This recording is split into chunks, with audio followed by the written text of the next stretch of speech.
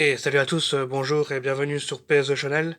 Et aujourd'hui, une nouvelle vidéo, une petite vidéo de rentrée, hein, donc j'avais dit que j'allais pas en faire, mais finalement, comme j'ai reçu la prime de Noël, la prime de fin d'année, de 13e mois, etc., donc j'ai quand même été faire un magasin pour me faire plaisir.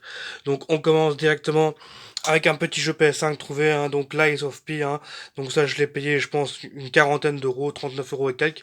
Et ça c'est bah, comme vous savez, hein, j'avais fait Lord of the Fallen il y a pas longtemps. Donc voilà, j'ai voulu rester un peu dans le même style de jeu et donc j'ai pris Lies of P.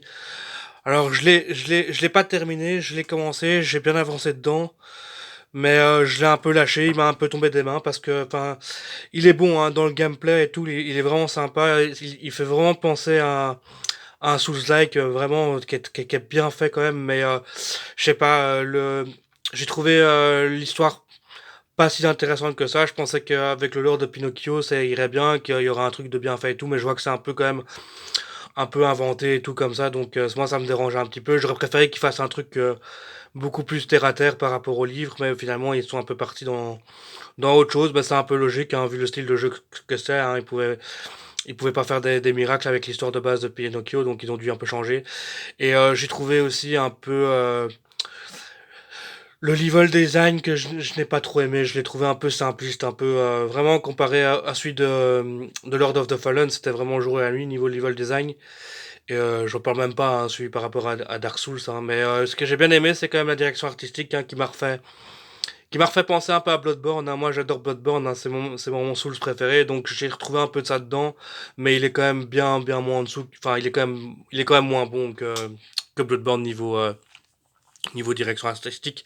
Donc voilà, bon, je vais pas l'abandonner, hein, je vais sûrement le reprendre à un moment donné, hein, mais bon, voilà, il m'est un peu tombé des mains. Faudra que je retourne dessus, un de ces quatre. Donc, on continue avec de la PS2, hein, donc voilà, ça c'est un petit jeu que j'ai pu trouver pour 4 euros, hein, donc c'est Skateboard Madness Extreme Edition, donc c'est un jeu de skate hein, qui a été fait par Phoenix, hein, donc je suppose que ça doit être une bonne bouse, hein, comme d'habitude avec les jeux Phoenix. Donc voilà, assez content d'avoir trouvé un jeu pareil, hein, c'est vrai que ça court pas les rues non plus, hein, ces jeux-là. Donc, enfin, les jeux Phoenix, il y en a pas mal quand même. Mais c'est vrai que j'en trouve pas souvent en magasin des jeux Phoenix. Et là, comme j'ai vu que c'était un jeu Phoenix, bah, j'ai voulu le prendre. Comme il était à 4 euros, ben voilà, je le testerai. On va voir ce que ça va donner hein, sur PS2 celui-là. Donc voilà, cool, un petit jeu Phoenix. On continue avec un autre éditeur hein, aussi nul aussi, hein, c'est Davilex, hein, donc Miami Vice, trouvé pour 5 euros celui-là. Donc Miami Vice, hein, qui était un chouette film qui était sorti, hein, donc voilà, moi je l'ai pas du tout fait, je sais pas du tout ce que c'est. Donc comme c'est une adaptation de film, ça m'intéresse toujours pour voir à quoi ressemble bah, l'adaptation du film, hein, puisque le film j'avais quand même pas bien aimé. Donc voilà, on verra ce que ça va donner, hein, je sais pas trop. Ouais bon, je m'attends pas à grand chose non plus, hein, donc j'espère que c'est un bon GTA like, enfin j'espère. On a le Stripped Oops de Activision hein, trouvé pour 2 euros, hein, donc ça c'est vraiment pour rien du tout. Hein. Donc voilà, encore un petit jeu de basket, hein, de basket de rue comme ça. Donc voilà, j'ai très peu de jeux de basket sur PS2. Il me semble que j'ai celui-là. J'ai encore un autre NBA Live, mais c'est les deux seuls jeux de basket. Et en fait, sur PS2, il y a quand même beaucoup de jeux de basket qui est sorti sur PS2. Donc si vous aimez bien ce genre, je sais il y en a énormément, mais moi j'en ai pas beaucoup. J'ai celui-là maintenant. Et j'ai aussi le NBA Live 2006 ou 2007, celui où il y a Tony Parker sur la boîte là, mais je vous le montrerai quand je ferai un jour ma collection PS2 de jeux de sport et comme ça je vous montrerai tous les jeux de sport que je possède parce qu'il y a énormément de jeux de sport sur PS2 et pas que des nuls, hein, il y a vraiment des bons jeux dans le lot aussi, hein, donc voilà. Street Hoops sur PS2. On passe un peu à la première Xbox, hein, donc voilà, la première Xbox, le parrain pour 4,95€, hein, donc voilà, j'ai trouvé le premier parrain sur la première Xbox, hein, donc je possédais déjà la version PS2 de ce jeu-là. C'est un jeu que j'aime beaucoup, c'est un jeu que j'ai fait plusieurs fois, hein, c'est même, je l'ai même sur PS3 ou sur Xbox 360. Mais voilà, j'ai pris la version Xbox, hein, évidemment, pour voir la différence graphique entre la version PS2 et la version Xbox. Hein, donc voilà, super cool. Hein. Un petit jeu Xbox qui rentre dans ma collection. Hein, c'est pas tous les jours que je rentre dans la Xbox, donc ça fait plaisir, surtout quand t'as un jeu de cette qualité-là. Et donc avec la boîte verte comme ça, je trouve que ça donne bien aussi, hein, les boîtes Xbox première gen, hein, quand même. Je trouve ça sympa encore, hein, comme design, quoi. Bon, ça, un jeu trouvé pour 2 euros, le Ratatouille sur Xbox 360. Hein. Donc voilà, un petit jeu Disney. Hein. Et dans le même genre, j'ai rentré aussi pour 2 € aussi, l'âge de glace 3. Le temps des dinosaures. Hein. Donc voilà, 2 jeux pour plus ou pour enfants. Hein. Donc j'espère qu'il y a un bon esprit ludique dans ces jeux-là. On verra. Ratatouille, j'avais bien aimé comme le dessin animé.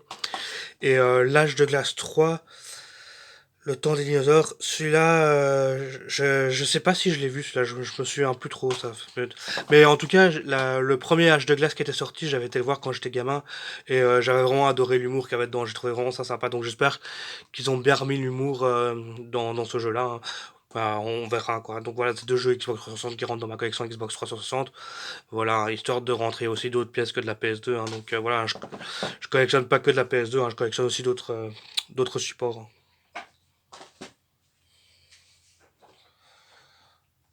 Voilà un jeu acheté un peu plus cher. Hein, celui-là, pour 20 €, j'ai retrouvé Le Seigneur des Anneaux, la bataille pour la Terre du Milieu. Donc, alors, ça, c'est un jeu que j'ai déjà fait à l'époque, mais je l'ai fait sur PC et c'était un espèce de jeu de stratégie comme ça. Ouais, ouais, c'est ça. Et en fait, c'était super cool parce qu'on pouvait choisir son camp, s'il me semblait bien. On pouvait prendre les elfes, les nains, les orques, les hommes, et on faisait une espèce de, un peu comme un Age of Empire, comme ça, il me semble, hein, si je me souviens bien. Et et c'est un jeu que j'avais adoré sur PC. J'avais le premier, j'avais pas le 2. Le 2 je l'ai pas fait, mais il existe ce jeu Seigneur des Anneaux sur Xbox 360. Alors je sais pas s'il est sorti sur PS3. Comme ça me dit rien, mais en tout cas, sur Xbox 360, il est bien sorti. Hein. Donc voilà, un excellent jeu de stratégie. Franchement, il est bien. C'est quand même un très très bon jeu Seigneur des Anneaux celui-là. Hein.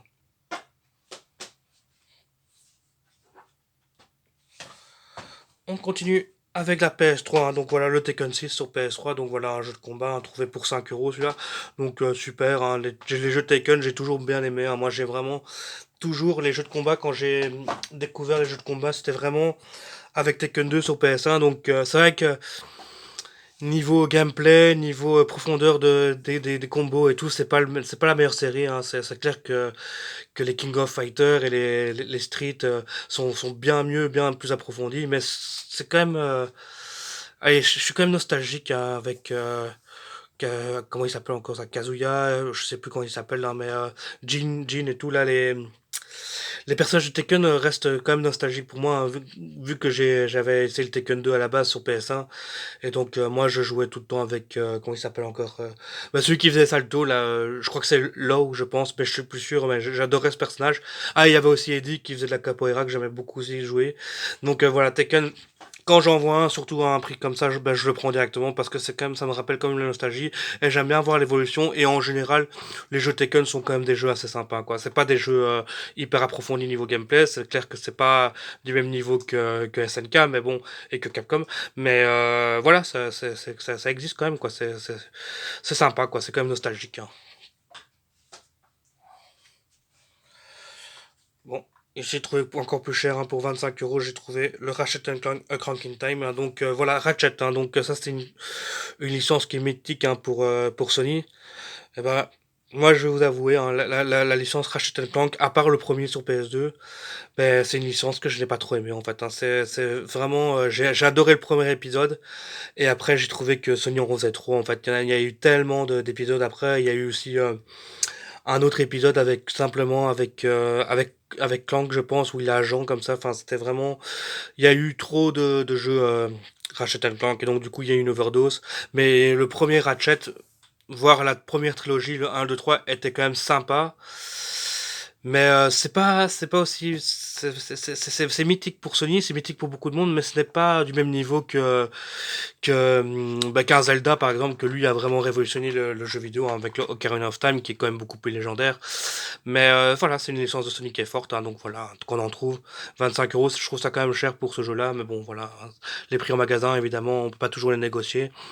Donc voilà, je l'ai pris comme ça, je rentre ce petit jeu PS3 là. Bon, on trouvait pour 10 € le Final Fantasy X-2 hein, dans sa version PS3. Hein. Donc voilà, un Final Fantasy X-2, hein, tout le monde le connaît, celui-là, je vais pas m'éterniser dessus, c'est un bon RPG celui-là. Et, euh, et donc voilà, la licence Final Fantasy, pareil, hein, c'est une licence que beaucoup de monde est fan. Moi j'aime bien. Mais je suis pas à fond dedans non plus, quoi. J'ai fait le 10, j'ai fait les épisodes qui étaient sur PS2, mais je n'ai pas fait trop d'autres épisodes, hein. J'ai eu un problème avec la licence Final Fantasy parce que les, souvent les RPG qui se jouent au tour par tour comme ça, je trouve que ça me gonfle un peu parce que je trouve que c'est pas assez réaliste pour moi, c'est un peu une perte de temps comme ça. Et là, j'ai trouvé enfin, pour une fois, j'ai trouvé un jeu PS3 Jap, hein, donc c'est mon premier jeu PS3 Jap que je trouve. Donc Rise from l'Air, donc c'est un jeu en fait où vous contrôlez. Je l'ai payé 8 € celui-là, donc voilà, je suis très content. C'est un jeu comme d'habitude, hein, la PS, les versions Jap coûtent beaucoup moins cher que les versions PAL. Et en fait, nous, on a ce jeu-là en Europe, mais il s'appelle juste l'Air en fait. Et donc c'est un jeu où vous contrôlez votre gars et vous êtes sur un dragon comme ça, un peu comme Panzer Dragoon en fait. Et donc voilà, ça c'est cool parce que c'est au niveau de la PS3, donc c'est quand même une génération dessus. Enfin, Panzer Dragoon est sorti sur 360 ou sur Xbox? Je sais plus, je pense que Panzer Dragoon il est sorti. Ouais, il y a peut-être une version Xbox 360 aussi. Mais en tout cas, celui-là, voilà, je suis content de trouver un jeu PS3 Jap, hein, voilà, pour 8 €. Hein, donc voilà, c'est cool, hein, c'est vraiment. Le Jap, moi j'aime beaucoup ça, hein, et je vais vous montrer, hein, j'ai encore trouvé des belles pièces en Jap par après, dont littéralement une collection que j'ai commencé commencer à collectionner tellement que je suis tombé amoureux de cette collection-là, je vais vous montrer après, hein. Ensuite, pour 25 € pièce, hein, donc les deux à 25 €, hein, donc 50 €, j'ai rentré, enfin je les rentre, les deux Star Wars. Donc on a Star Wars Rogue Leader, Rogue Squadron 2, et on a Star Wars Rebel Strike, Rogue Squadron 3. Donc ça c'est les Star Wars, donc celui-là c'est le Star Wars qui était au line-up, hein, c'est le Star Wars qui est magnifique comme ça, qui est vraiment une claque graphique, hein, qui est vraiment un jeu vitrine, mais c'est pas un jeu vitrine, en fait c'est un jeu qui est sorti au tout début de la GameCube, mais on dirait vraiment que c'est un jeu de fin de GameCube, tellement qu'il est magnifique, quoi. C'est un jeu qui est vraiment magnifique, hein. Celui-là, je le connais pas. Je l'ai pas testé, celui-là. Mais celui-là, j'avais pu le tester à l'époque, hein. Il y avait un ami qui l'avait. Et quand j'avais vu ce jeu-là, mais franchement, laisse tomber, j'ai toujours voulu l'avoir. Mais bizarrement, j'ai pris longtemps à le trouver, hein. Je l'avais vu plusieurs fois, hein, évidemment. Mais ils ont vendaient tout le temps dans les 40, 50 €, machin et tout. Enfin, sur Amazon, hein, je vous parle. Et là, je le trouve pour 25 € en magasin.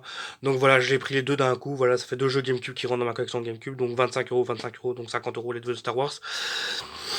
Je trouve ça cher, mais honnêtement, hein, comparé à tous les jeux GameCube que j'ai vus, hein, ces deux-là étaient les moins chers, mais tous les jeux Mario, tous les jeux Nintendo, enfin les jeux Donkey Kong et tout, ils coûtent super cher sur GameCube, hein, donc c'est vraiment très dur. Mais j'ai trouvé une solution maintenant comment collectionner de la GameCube à un prix abordable. On va voir ça tout de suite.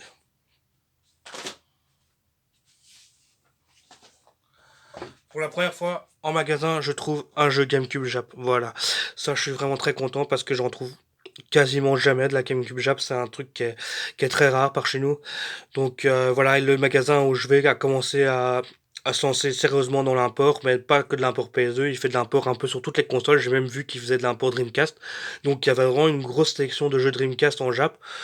Donc, ne possédant pas de Dreamcast Jap, je me suis pas encore lancé dedans, mais ça risque d'arriver peut-être. Si je vois qu'ils proposent beaucoup de Dreamcast, je vais commencer à en acheter là-bas. Et donc, on commence avec le Biohazard. Donc, ça, je l'ai payé 15 €, hein. Donc, voilà, 15 € ce jeu-là. Le Biohazard, donc c'est le Rebirth, hein, c'est le remake, hein. Donc, voilà, moi j'adore, hein. Franchement, ça, c'est une collection que je vais commencer à collectionner. Ça, c'est sûr et certain, tellement que j'adore les packaging Nintendo GameCube en Jap. Je trouve ça vraiment magnifique, hein. Vous voyez, ça se présente comme ça. Et franchement, c'est quand même sympa, quoi. C'est quand même plus sympa que les boîtes européennes, quoi. Franchement, on peut dire ce qu'on veut, hein. Nintendo, ils ont quand même du goût, hein, niveau packaging et tout, hein. Même les Japonais en général, hein.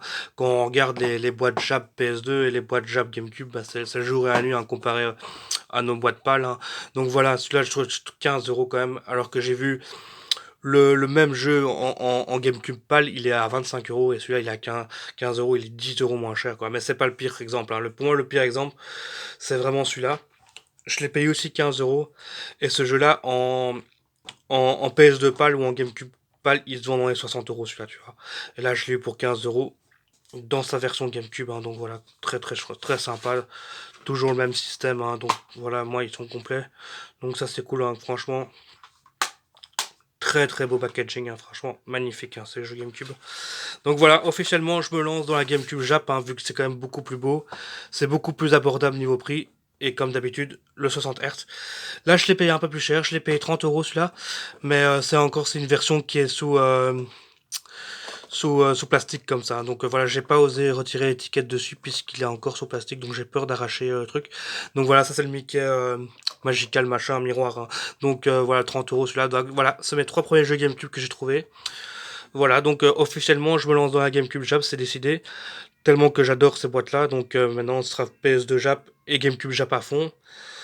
J'ai quand même envie de faire de la PS1 Jap aussi. Bon, j'en ai pas trouvé cette fois-ci, mais ça c'est sûr que c'est une collection que j'ai plus prioriser cette collection-là que la GameCube Palm. Maintenant, c'est clair, vu les prix et vu le packaging, bah, j'hésite pas quoi. Voilà, donc magnifique, hein, franchement, super.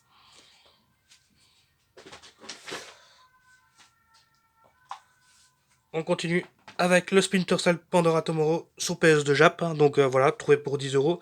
Donc voilà, donc avec l'écriture Jap, hein, donc voilà, c'est Pandora Tomorrow, hein, donc toujours une meilleure qualité de CD comme d'habitude, hein, donc voilà. Il existe bien en Jap, hein, celui-là magnifique, hein. Donc voilà, super. Ensuite, on a encore un S-Combat, hein. Donc voilà, donc aussi se trouvé pour une dizaine d'euros celui-là, donc voilà, super, hein. S-Combat. Moi j'aime bien la licence S-Combat, j'en ai plusieurs en Jap. J'en ai pas en PAL, si je pense que j'en ai un ou deux en PAL, mais j'en ai beaucoup plus en Jap des S-Combat. Je crois qu'il y en a beaucoup plus qui sont sortis au Japon, donc voilà, toujours sympa. De la PS de Jap, quand j'en vois, j'en prends, c'est sûr et certain, quoi. Voilà, pour ces deux jeux Jap. Bon, une grosse pièce PS2 que j'ai rentrée, donc c'est le Mega Man X Collection en US. Donc voilà, donc Mega Man X Collection, bah, c'est une compilation qui reprend les 7 jeux du Mega Man. Donc autant vous dire que je suis très content d'avoir trouvé ça, comme ça je dois pas les trouver séparément, j'ai l'anthologie, enfin j'ai la collection et donc tout est dedans, donc c'est parfait. J'ai payé ça 60 euros. Il est sous blister, mais c'est pas du vrai blister à mon avis. Ça c'est du, à mon avis, c'est du reconditionné parce il n'y a pas de liseré PS2 ici. Donc, à mon avis, ça, c'est sûr et certain, c'est du reconditionné. J'ai payé ça 60 euros, donc ça va encore, hein. Toute la compilation des Megaman, donc excellent, vraiment super pièce qui rentre. En plus, c'est un jeu US, hein, donc voilà, c'est pas tous les jours qu'on rentre de l'US, donc ça fait plaisir.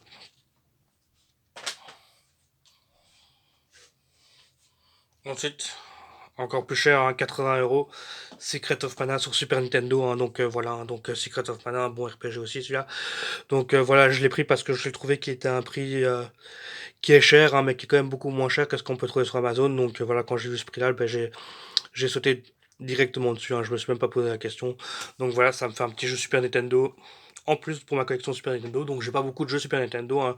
Je, pareil, hein, je préfère privilégier la Super Famicom, hein, que la Super Nintendo, hein, parce que je trouve que c'est pareil, hein, les packagings sont plus beaux, 60 Hz, etc. Enfin, c'est tout mieux de collectionner en japonais, mais c'est vrai que les RPG, où il y a beaucoup de texte et tout, ben, c'est mieux quand même de les prendre dans une version française pour pouvoir comprendre, quoi. C'est vrai qu'au Japon, c'est compliqué, hein, quand même des fois. Enfin, sur PS2, c'est pas compliqué, hein, parce que vous avez l'anglais dedans, hein, mais sur les RPG où vous avez tout qui est traduit en japonais, faut voir quelle ligne et quelle ligne, donc c'est quand même compliqué. Donc autant le faire une fois en français et après trouver une version en jap. Ou alors si vous parlez japonais, c'est parfait quoi. Mais voilà, moi je préfère quand même la Super Famicom que la Super Nintendo. Mais justement, en parlant de Super Famicom, j'ai trouvé une grosse pièce. Et tada! Voilà, une super grosse pièce qui rentre, hein. Donc le fameux jeu qui vaut 700 euros selon Macintosh TV. Vous savez combien je l'ai acheté? C'est pas le jeu le plus cher que j'ai acheté, hein. Je l'ai payé que 120 euros celui-là. 120 euros, alors que Macintosh disait qu'il était à 700 euros. Donc voilà, 120 euros seulement. Bon, le mien n'est pas complet, il n'y a pas le manuel dedans. D'accord. Donc c'est vrai que la version complète doit sûrement coûter plus cher. Et en fait, je sais pas si vous verrez, mais il est un peu abîmé le mien quand même, hein. Il est quand même abîmé, il n'y a pas le manuel dedans. Et vous voyez qu'il y a quand même des traces de gondolation et d'inondation dedans. Donc il y a un peu d'eau qui est rentrée dedans. Donc c'est un peu désagréable parce que la boîte est un peu bombée comme ça. Mais honnêtement, 120 euros pour ce jeu-là, Alors que ça va, la boîte est encore jolie, hein, elle n'a pas trop de traces dessus, hein, par ici on peut voir, ça fait chier hein, quand ils mettent des étiquettes sur les boîtes en carton comme ça m'énerve parce qu'à chaque fois qu'on les enlève, bah, ça arrache la couleur qui est derrière quoi. Mais bon, donc voilà, 120 € pour le Super Famicom. Donc vous allez pas me faire croire que si on rajoute une notice, il faut 700 €, ça je n'y croirais jamais. Donc voilà, donc ça je pense que ce jeu-là, pour l'avoir complet dans un bonne occasion, pour l'avoir complet avec une belle boîte et tout, il doit coûter 250 € maximum, hein, pas plus. Donc voilà pour le Turtle in Time sur Super Famicom. Hein. Donc voilà, c'est une grosse pièce Super Famicom qui rentre, hein. Super content. Hein. Et on termine avec la dernière pièce, hein. Donc c'est un jeu PS2 PAL, hein. Donc c'est un jeu très rare aussi, ça c'est le jeu le plus cher que j'ai payé. Donc je l'ai payé 150 € quand même, hein. C'est le Gregory Horror Show. Hein. Donc c'est un jeu Capcom, hein, mais c'est un jeu qui est très rare, qui est pas commun du tout. Hein. Vous le verrez pas beaucoup dans les collections. Hein. C'est un jeu qui n'est vraiment pas commun. C'est un jeu qui est vraiment une niche comme ça, qui n'est pas connu du tout. Quelques collectionneurs le possèdent. Hein. J'ai vu qu'il y avait Je pense qu'en France, il est quand même beaucoup plus trouvable, hein, vu qu'il y a quand même beaucoup plus de magasins en France et qu'il y a beaucoup plus de marchés là-bas que... Mais en Belgique, c'est très dur de trouver une pièce comme ça, hein, franchement. Mais moi, je l'ai eu. 150 €, donc voilà, il rentre direct dans mon top 10 de mes jeux les plus chers. Bah, c'est le même prix que Kuon, quand même, que j'avais acheté Kuon en 2019 à 150 €. Mais là, on est en 2023 et celui-là, il coûte 150 €, alors que Kuon, maintenant, il est bien passé beaucoup plus cher. Mais donc voilà, très content, hein. C'est une pièce Capcom que je recherchais, hein, donc il va rentrer dans ma collection de Capcom PS2 PAL. Donc voilà, c'est tout pour cette rentrée, hein, cette dernière rentrée de l'année. Hein, donc voilà. Hein. Donc je vous souhaite tous des bonnes fêtes. Hein. Peut-être que je ferai encore une vidéo avant la fin de l'année. Peut-être une partie de la PS3. Mais c'est pas encore sûr, hein, vu que je suis quand même beaucoup occupé ces derniers temps. Et donc voilà, si on se revoit plus avant janvier, je vous souhaite des bonnes fêtes, bonnes fêtes de fin d'année, la bonne nouvelle année. Merci à tous ceux hein, qui ont commenté la chaîne, qui ont mis des likes et tout, ça fait vraiment super plaisir. Et voilà, mais bon, on verra. Je ferai peut-être une vidéo de remerciement si j'ai le temps dans les mois qui viennent, mais dans les semaines qui viennent, mais on verra, hein, vu que Noël approche à grands pas. Donc, bonne journée à tous. Merci beaucoup.